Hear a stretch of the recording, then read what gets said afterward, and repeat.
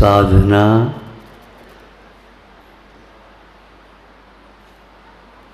अभिशाप को वरदान बना देती है, भावना पाषाण को भगवान बना देती है। विवेक के स्तर से नीचे उतरने पर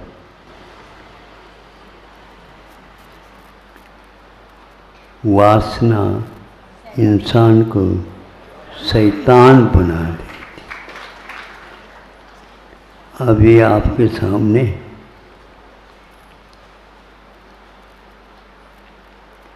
यहाँ के विद्यालयीन छात्राएं तत्वार सूत्र का पाठ करके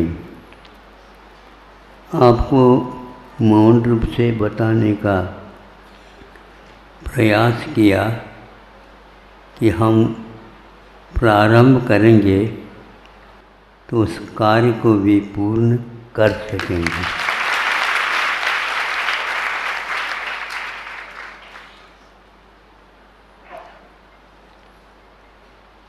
छोटी उम्र में सुन करके आज्ञा पालन करने से बड़ों के लिए भी इससे पाठ अपने आप ही मिल जाता है। हम तत्वार सूत्र का पाठ कर सकते हैं क्या नहीं, ये शंका यदि न हो तो अवश्य वे भी सफल हो सकते हैं। ये एक प्रसंग हुआ, तो उसी प्रकार जैनाचार्यों ने जैन धर्म का लक्ष्य क्या होना चाहिए समय समय पर हम लोगों को बताया है। साक्षात यदि भगवान होते हैं तो बहुत सारी औपचारिकताएं समाप्त हो जाती है और परमार्थ की ओर बहुत जल्दी कदम उठ सकते हैं।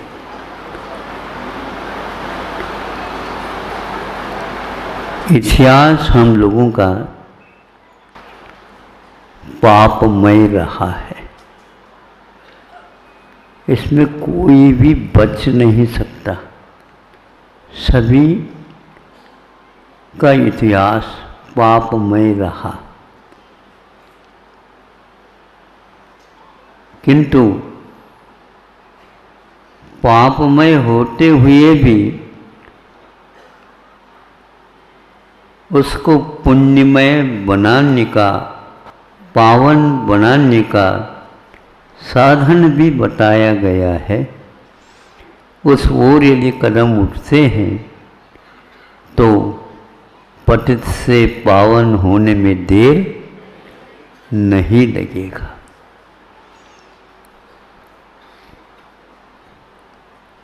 हम बाहरी वस्तुओं से पावन, उत्कृष्ट, उत्तम, परमोत्तम होने का प्रयास करते हैं, किंतु भीतरी कालुष्य को दूर करने के लिए इसकी कोई विशेष आवश्यकता नहीं होती। अभी आपके सामने माटी की प्रारंभ दशा का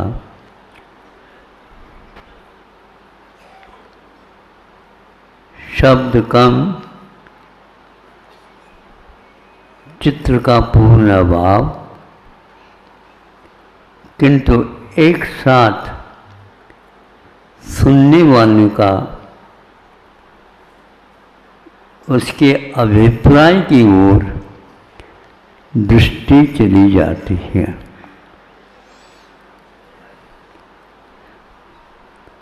इसमें कोई संदेह नहीं है तत्व सूत्र का वाचन होता है जीवा जीवाह। जीव भी होते हैं और अजीव भी होते हैं। अजीब या आश्चर्यवाचक भी शब्द है। ये कैसी अजीब बात कह दी इन्होंने। तो जीव अजीब नहीं है और अजीब भी नहीं है। जीना जानता है तो वह एक दिन अवश्य अमर भी बन सकता है। सीमा जब तक है उतना ही है जीवन, ये समझना ही गलत है।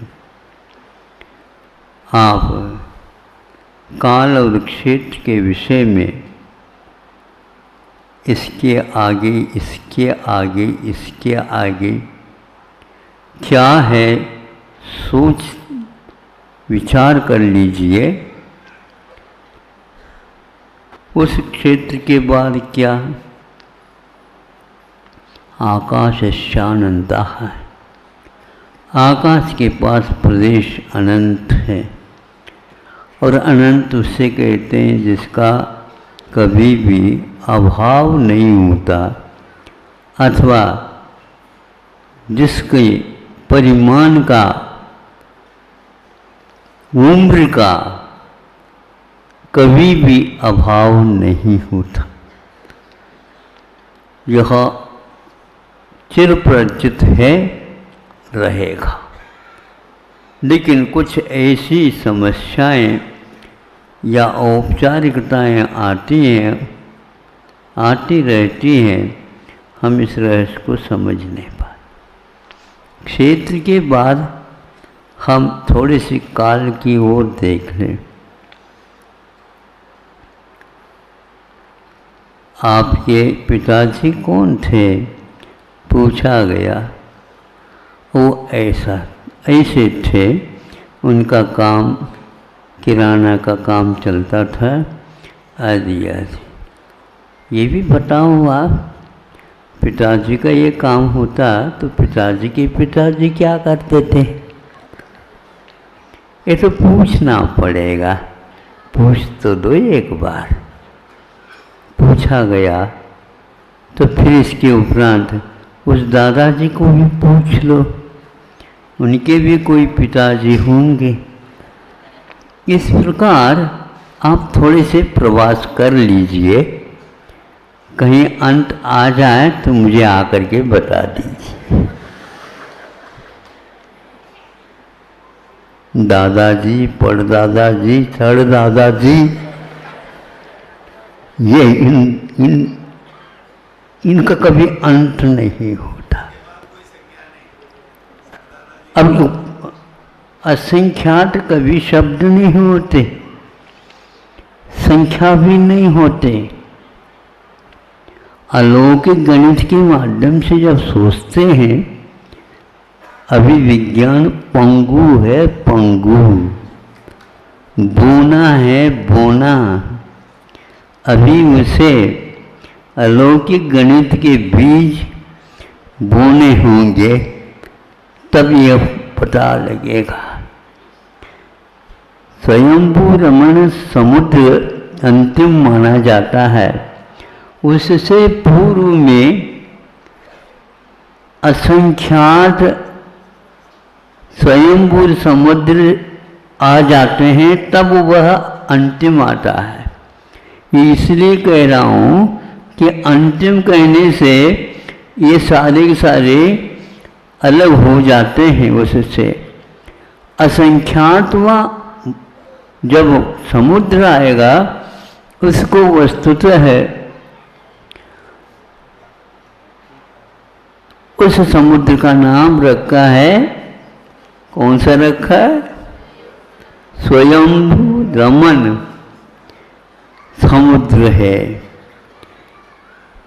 आपका नाम क्या है? ये आपके नाम वाले इसी शहर में कई मिल सकते हैं।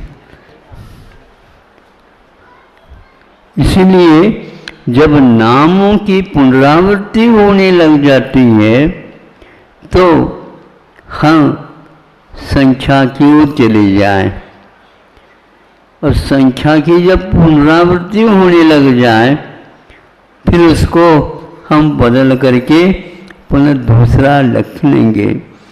जब असंख्यात को छू जाते हैं तो फिर संख्या समाप्त होने से फिर दिखता है कम से कम अंत तो आ जाएगा, इसके बाद अनंत खड़ा हो जाता है। अनंत खड़ा हो जाता है तो वह कह देता है अब पुरुषार्थ मत करो, अब पुरुषार्थ मत करो, क्योंकि इसका कभी अंत नहीं होने वाला है। तो कब से ये माटी यहाँ पर है इसका भी अपना इतिहास होगा। आपके लिए 5 स्थावर मिलेंगे, पृथ्वी, जल, अग्नि, वायु और 5वां वनस्पति। इसके भेदों भेद बहुत सारे हैं। ये बदलते बदलते हुए स्थावर से फिर एक स्थान से दूसरे स्थान के जाने की क्षमता वाले तृष बन जाते हैं। तृष बनते हैं, उसका भी विकास हो जाता है, विकास करते करते जाता है, ढूंढता यहाँ पर सुख मिल जाएगा, नहीं मिलता है तो त्रस्त हो जाते हैं, त्रस से त्रस्त हो जाते हैं। त्रस्त क्यों हो गए? क्योंकि त्रस से त्रास होने लगा। त्रास, त्रास समझते हो? महाराज क्या बताएं, हमारे त्रास की कथा आप सुन सको तो सुना लें। सुनो पहले, आपकी कथा इतनी लंबी चौड़ी है, जितनी भी केवली हैं वो सभी मिल जाएं और आपको संतुष्ट कर रहे, संतुष्ट कोई होंगे नहीं। ऐसी आपकी त्रास की कथा है। सुनना चाहोगा कथा अपनी?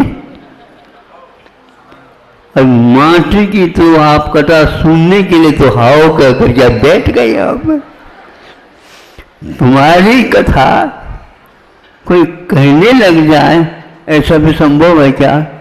संभव है, नहीं होता तो ये मूक हो करके माटी बोलती क्यों, बताओ हमें।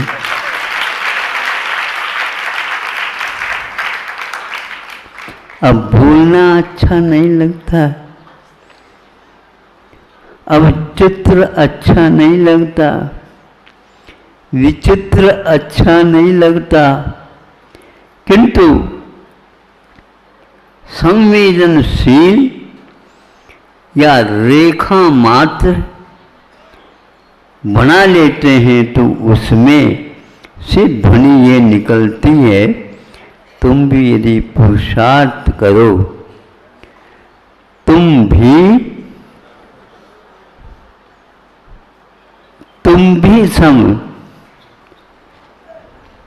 क्या करो, तर जाओ।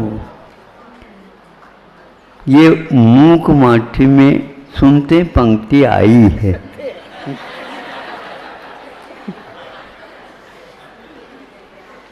और वह एक व्यक्ति के कमर में वह घड़ा मिट्टी का, उसको रस्सी से बांध करके तुम भी सम तर जाओ।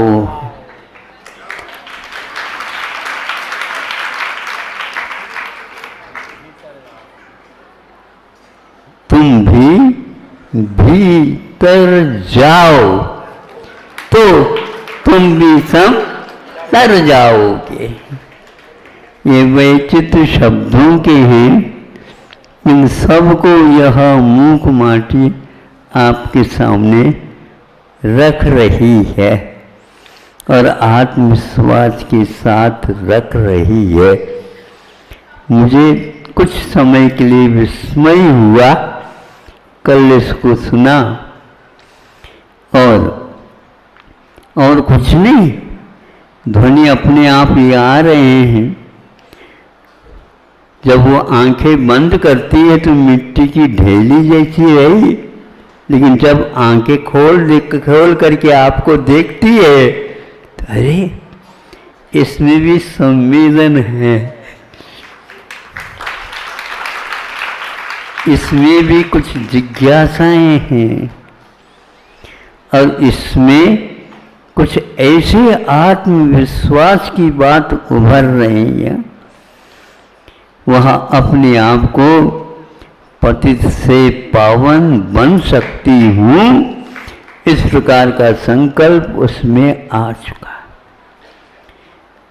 इसको पढ़कर के यदि आप लोगों के मन में भी यह भाव आ जाए तो मैं क्या कहूँ, वो मिट्टी आपको बहुत बहुत बहुत अच्छा कर दिया आपने, हमारी बात को समझ में आपको आ गई, इससे मैं कुछ नहीं चाहता।